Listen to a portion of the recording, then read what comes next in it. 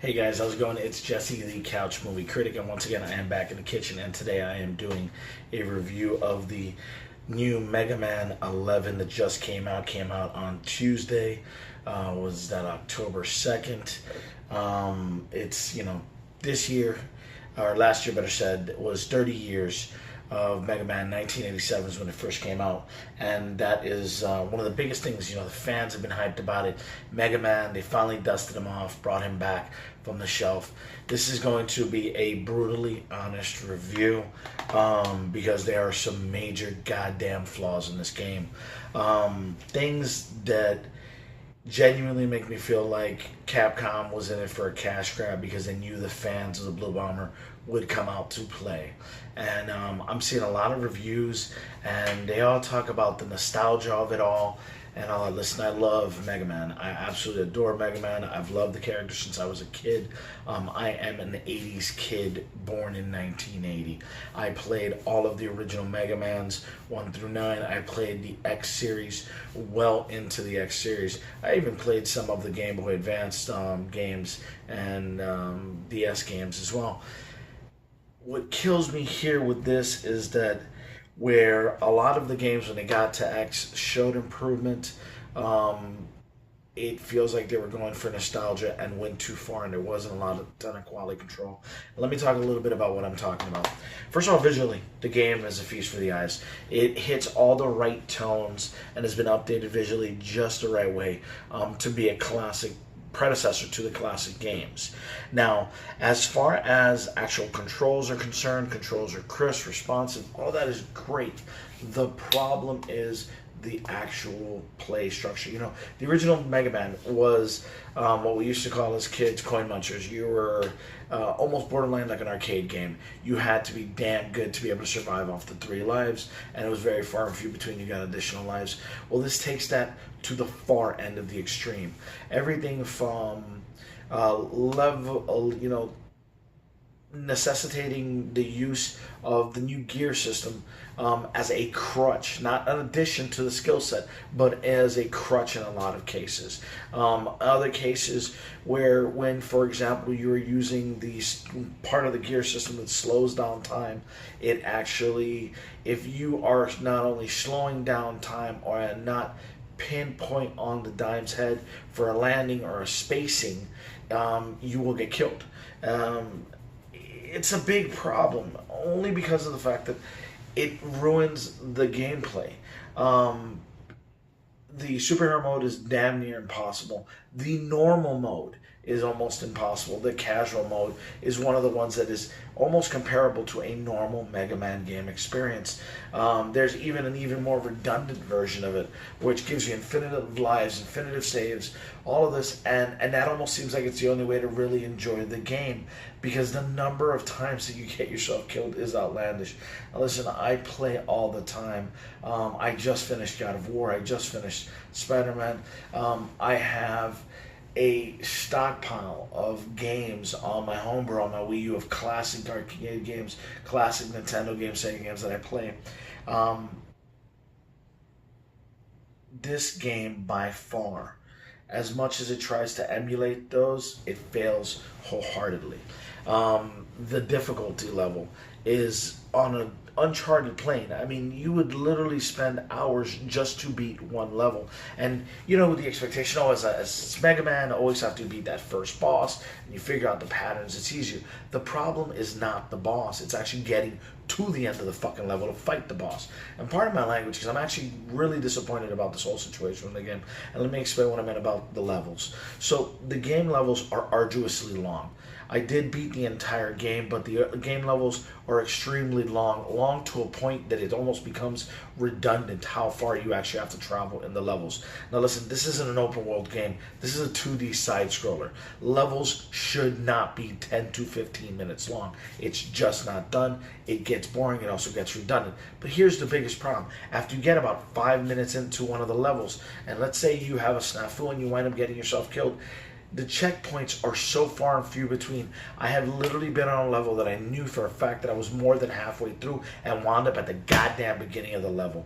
I mean, that's fucking ridiculous.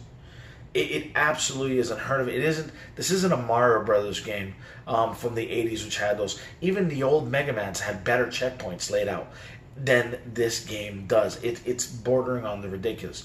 Another one of the facts that blew me away is that the mini bosses that are spread out throughout the level, which, mind you, not one mini boss, usually 2 to 3 mini bosses before you get to the actual boss. Again, it's bordering on the stupid, the length of these levels and the unnecessary length of them.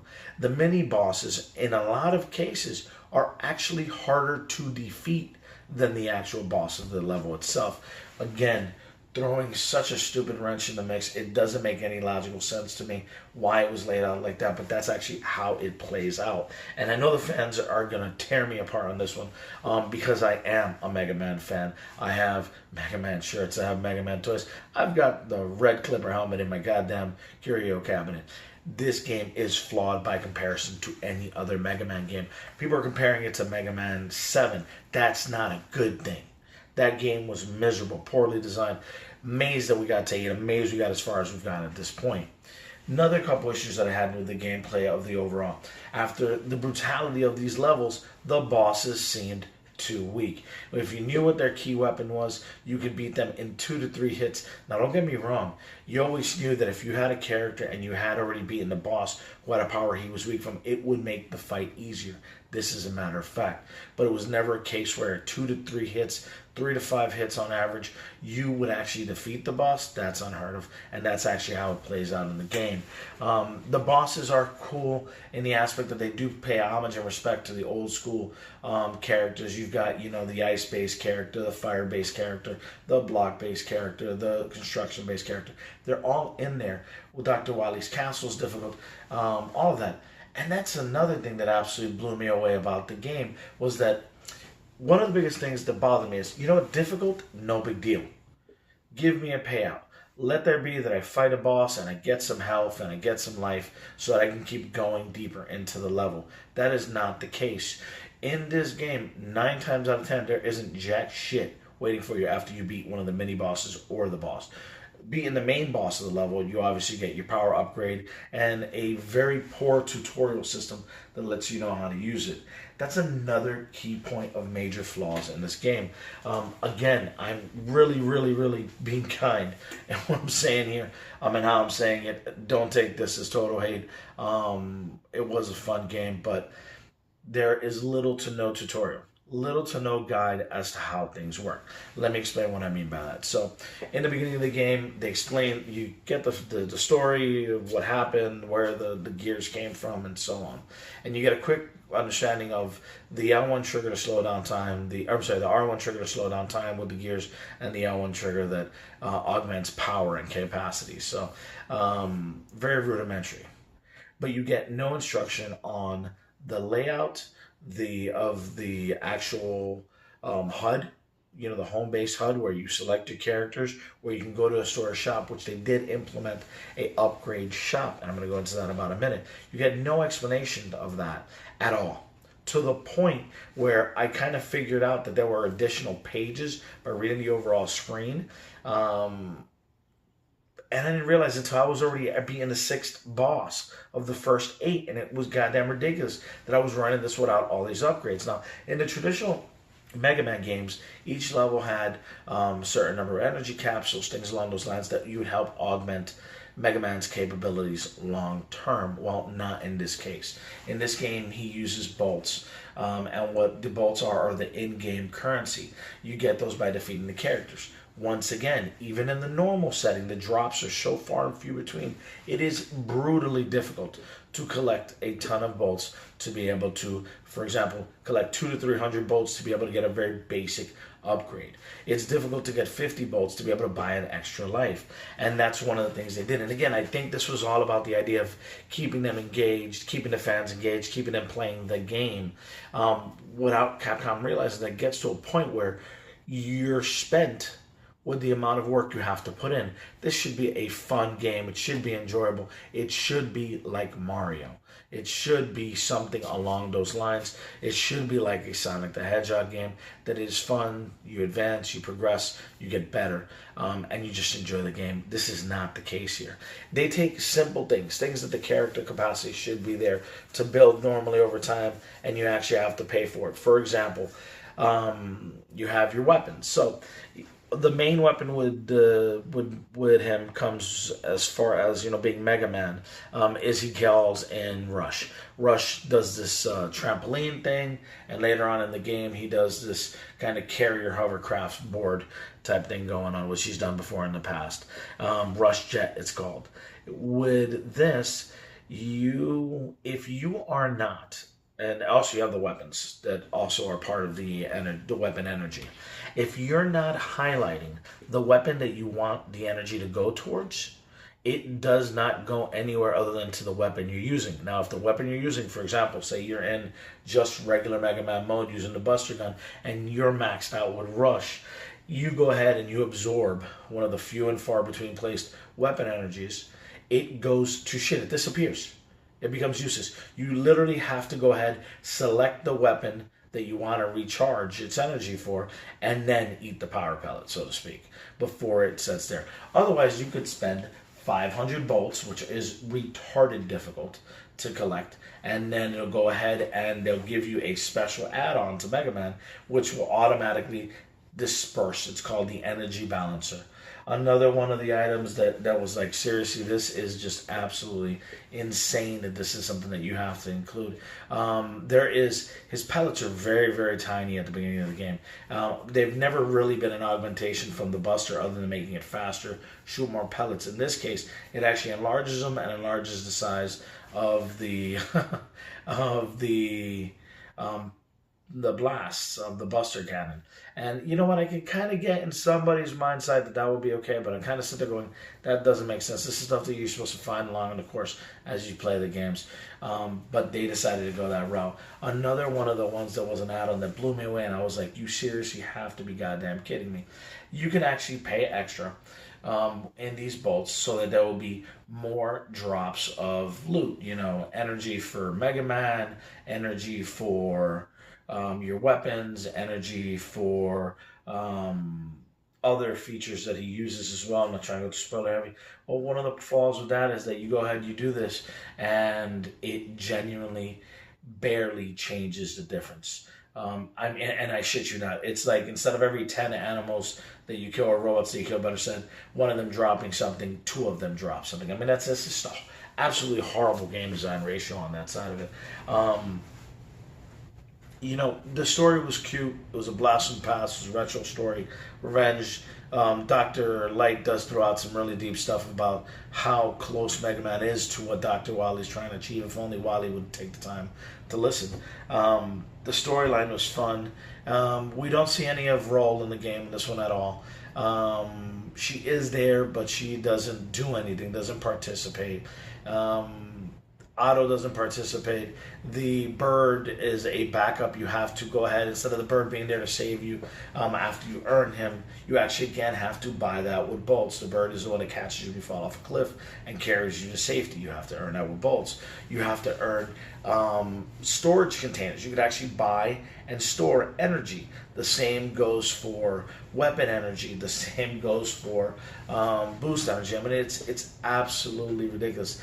That you have to purchase all these on top of your regular upgrades instead of them growing your energy bar.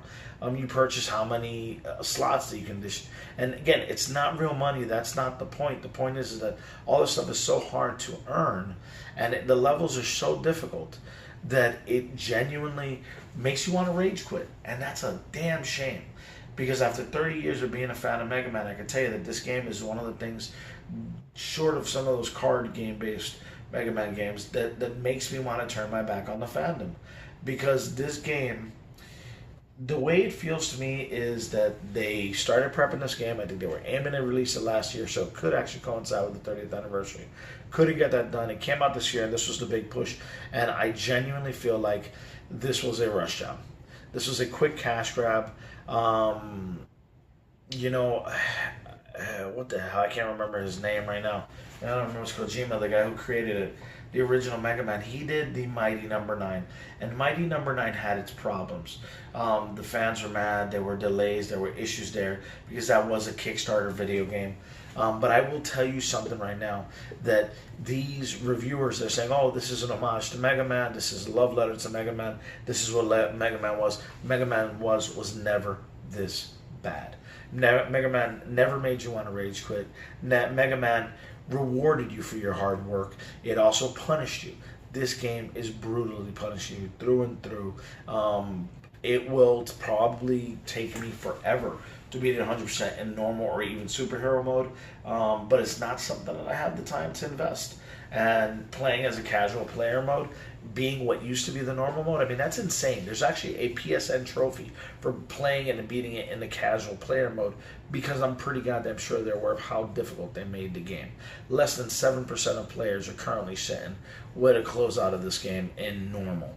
I mean, that's crazy. You know, there's millions of players out there. There's some people that play obsessively. I can't imagine that somebody else hasn't beaten this game in a hard mode, or a normal mode, or a superhero mode. Yeah, I mean, that's just absolutely crazy that I can't be the only one suffering that kind of difficulty. Listen, I've been playing for a long time, and I pride myself in being a good gamer. But there are too many, for as much as I love the design of the game, as much as I love the music, I love the characters, it's so cool to see characters like the Zubat brought back, things along those lines, the constant battle between good and evil still out there. It's a hard game to swallow, especially with the fact that there's so many things that they did right and so many things that they did piss poor wrong, from gameplay to level structure to level length to the reward system to the purchasing system to the villains to the bosses, that it's unforgivable. I understand why Capcom released this game for $29.99 at this point.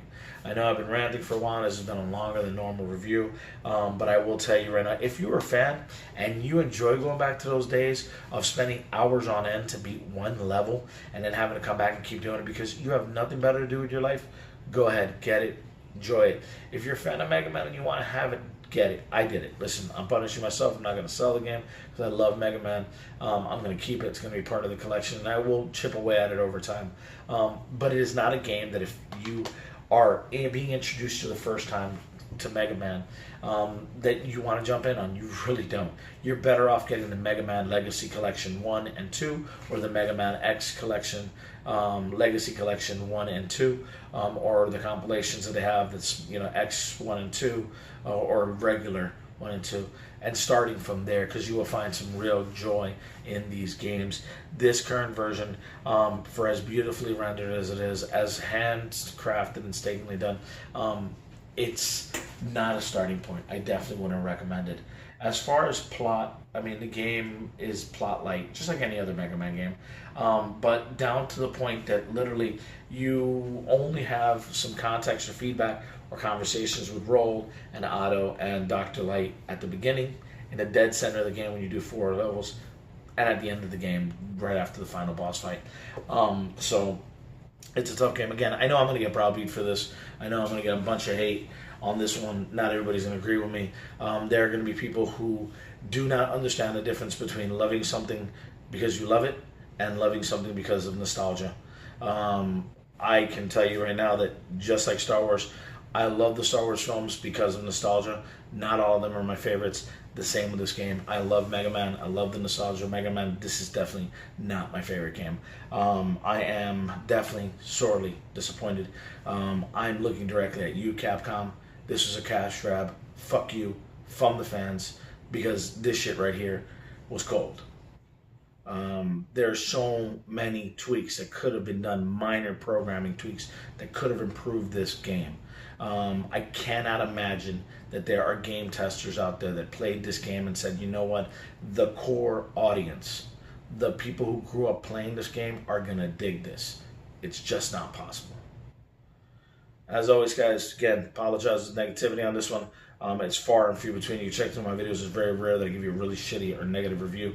But this one has been a hell of a game. I have spent the better part of today playing and spent most of the time angry just at the unnecessarily difficultness of just the normal mode in this game.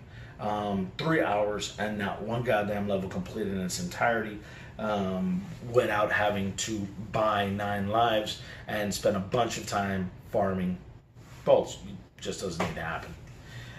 Like I said, guys, this is my brutally honest review of Mega Man 11 by Capcom. Once again, Capcom, fuck you on this one.